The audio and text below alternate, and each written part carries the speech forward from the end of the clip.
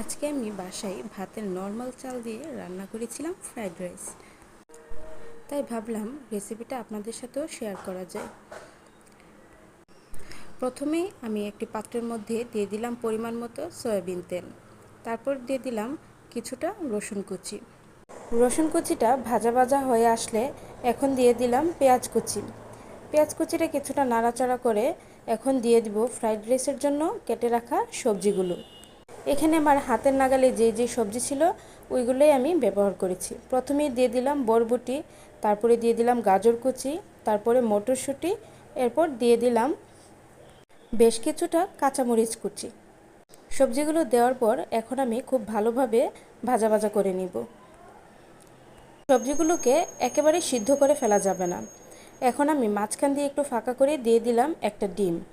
ডিমটাকে নাড়াচাড়া করে সবগুলো সবজির সাথে ভালোভাবে মিশিয়ে নিব।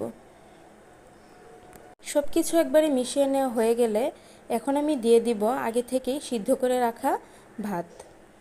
ভাতগুলোকে প্রায় 80% মতো সিদ্ধ করে পানি ঝরিয়ে ঠান্ডা করে নিতে হবে, তা না হলে ফ্রাইড রাইসটা ঝরঝরা হবে না। ভাতগুলো দেওয়া হয়ে গেলে এখন আমি সবজিগুলোর সাথে খুব ভালোভাবে রাইসটাকে মিশিয়ে নিব। সব কিছু মিশানো হয়ে গেলে এই পর্যায়ে আমি দিয়ে দিলাম বেশ কিছু কিশমিশ। কিশমিশগুলো যার যার পছন্দের উপর নির্ভর করবে, ইচ্ছা করলে দিতেও পারেন, নাও দিতে পারেন।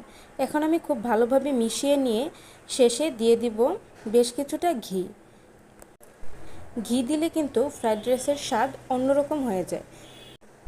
এখানে রান্নায় কিন্তু আমি গোলমরিচও অ্যাড করেছি, কিন্তু কোনো কারণে স্কিপ হয়ে গেছে। গোলমরিচ ছাড়া কিন্তু ফ্রাইড রাইসের স্বাদ একেবারেই আসবে না।